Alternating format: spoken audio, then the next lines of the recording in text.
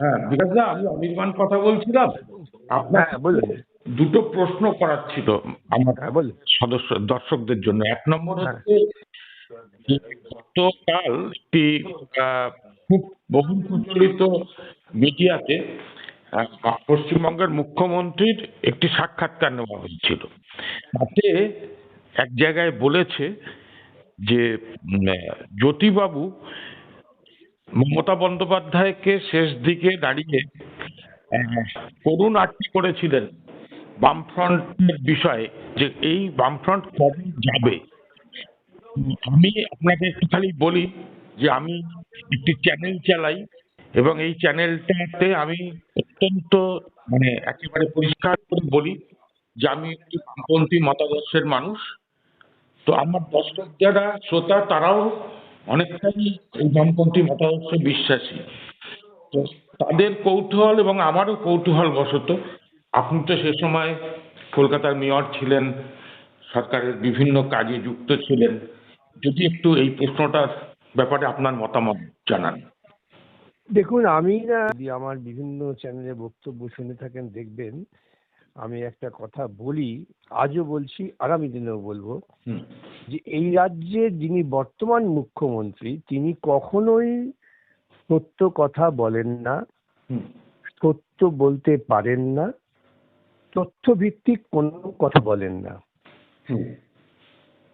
সুতরাং তার কোনো কথা যদি কেউ গুরুত্ব দেন, তবে তিনি খানিকটা নিজেকে মূর্খ বলেই প্রমাণিত করবেন। আমার শব্দবন্ধ করা হলেও হুম। এই বাস্তব সত্যটা উপলব্ধি করতে হবে। তিনি অনর্গল অসত্য কথা বলে গিয়েছেন। হুম। তার কল্পনার জগতে যা যা ভাবনা হয়েছে বলে গিয়েছেন। যে জ্যোতি বসু পার্টির সিদ্ধান্ত অনুযায়ী ভারতবর্ষের প্রধানমন্ত্রীর পদ গ্রহণ করতে অস্বীকার করেন, যেখানে ভারতবর্ষের সমস্ত রাজনৈতিক দল তার কাছে অনুনয় বিনয় করেছেন, ঠিক।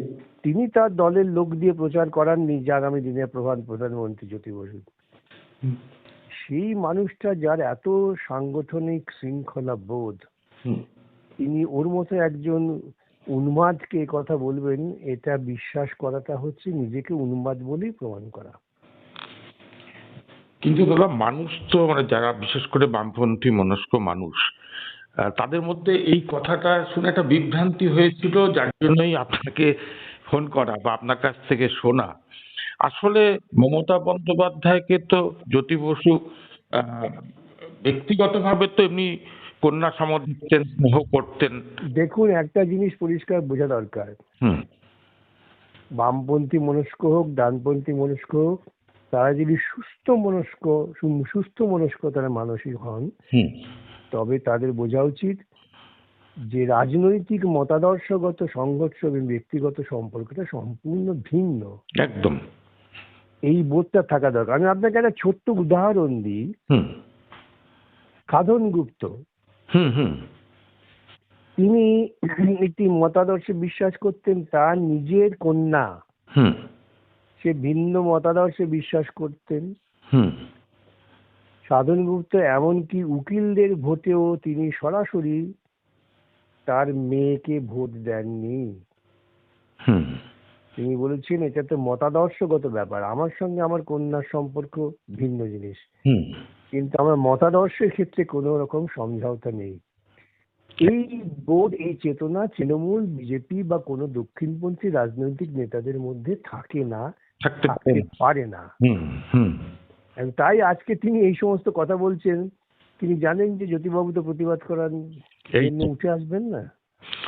আর জ্যোতিবাবু ওই ধরনের নিম্ন রুচির ছিলেন না। জ্যোতিবাবু রাজনৈতিক অবস্থান পরিষ্কার ছিল। তিনি বলতেন যে এই রাজনৈতিক নেতা যার নাম করছেন আজকে যিনি মুখ্যমন্ত্রী, তিনি একজন ডিগ্রি নকল করে রাজনীতিতে আত্মপ্রকাশ।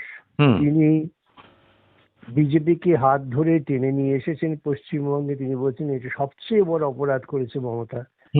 তৎকালীন পত্রপত্রিকা ঘাটলেই পেয়ে যাবেন। ঠিক ঠিক। যে পত্রপত্রিকায় অনবরত বামপন্থীদের বিরুদ্ধে কল্পিত কুৎসা করে গিয়েছে। সুতরাং আজকে এটাও একটা ন্যারেটিভ তৈরি করার পরিকল্পনা, নির্বাচনের প্রাক্কালে ওর বিশ্বাসযোগ্যতা তৈরি করবার জন্য উনি এই সমস্ত কথা বলেছেন এবং সেই সংবাদ মাধ্যমের সাহায্য নিয়েছেন। হুম। যারা প্রতিনিয়ত অনবরত বামপন্থার বিরুদ্ধেই তাদের অবস্থান বজায় রেখেছেন। আচ্ছা, আর একটা দাদা আপনাকে জিজ্ঞাসা করি, যে আপনি যখন কলকাতা কর্পোরেশনের মেয়র ছিলেন, আমার যতটুকু জানা আছে আপনারই মূলত উদ্যোগে এবং গোটা কর্পোরেশনে কে আপনি সঙ্গে নিয়ে মানুষের সাহায্যে ওই বাইপাসের পাশে একটা জল প্রকল্প তৈরি করেছিলেন, যার নাম দিয়েছিলেন জ্যোতি বসু জল প্রকল্প। ঠিক তাই। সেটাও তো মমতা বন্দ্যোপাধ্যায় এসে নামটা বদলে দিয়েছিলেন।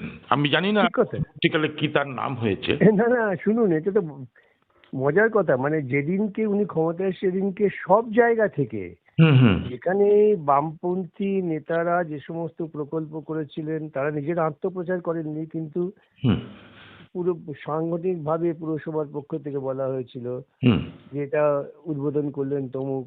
হুম এবং আমার পুরসভার ভেতরে মনে আছে আমরা বিভিন্ন পর্যায়ে ই সার্ভিস চালু করেছিলাম। হুম হুম মমতার স্নেহধন্য একান্ত আস্থাভাজন শোভন মেয়র হওয়ার পর সেই সমস্ত ফলকগুলো তুলে দিয়েছিলেন।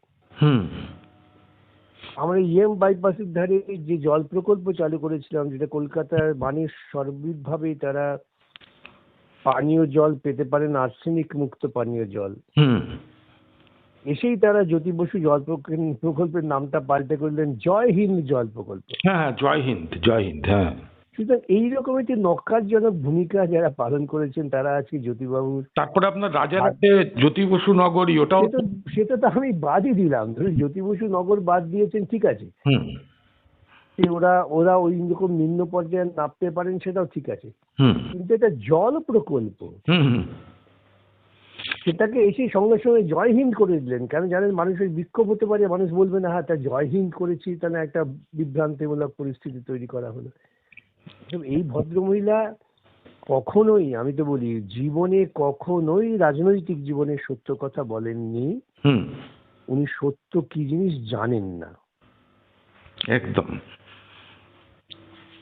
তো এতে করে আপনার এই যে এবিপি আনন্দে, আমি নাম করেই বলছি, এবিপি আনন্দে আহ, এখন এই মমতা বন্দ্যোপাধ্যায়ের এই সাক্ষাৎকারের মধ্যে দিয়ে যে বিষয়গুলোকে তুলে ধরা হলো, বিশেষ করে জ্যোতিবাবু প্রসঙ্গে, এটা কি একটা উদ্দেশ্য প্রণোদিত ন্যারেটিভ বলে আপনি না না, পরিকল্পিত।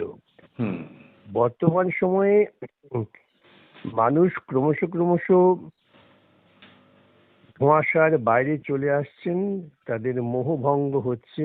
হুম আগামী দিন নির্বাচন যদি সঠিকভাবে হয়, বিজেপির তো কোনো স্থানই নেই, মমতাও হুম কোথাও কোনো রকম ভাবে তার অস্তিত্ব প্রমাণ করতে পারবেন কিনা এ নিয়ে প্রশ্ন আছে। সেই সময় দাঁড়িয়ে তার ভাবমূর্তি বাঁচিয়ে তোলার জন্য বহু প্রচেষ্টা হচ্ছে এবং হবে।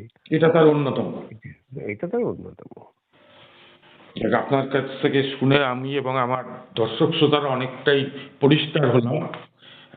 আর এটাও আপনি খুব ভালো কথা বললেন, যেহেতু লোকটা জীবিত নেই তাই আত্মপক্ষ সমর্থনের সুযোগ না দিয়ে এই ধরনের মিথ্যাচার। আপনাকে অসংখ্য ধন্যবাদ দাদা, প্রণাম নেবেন, ভালো থাকবেন। ঠিক।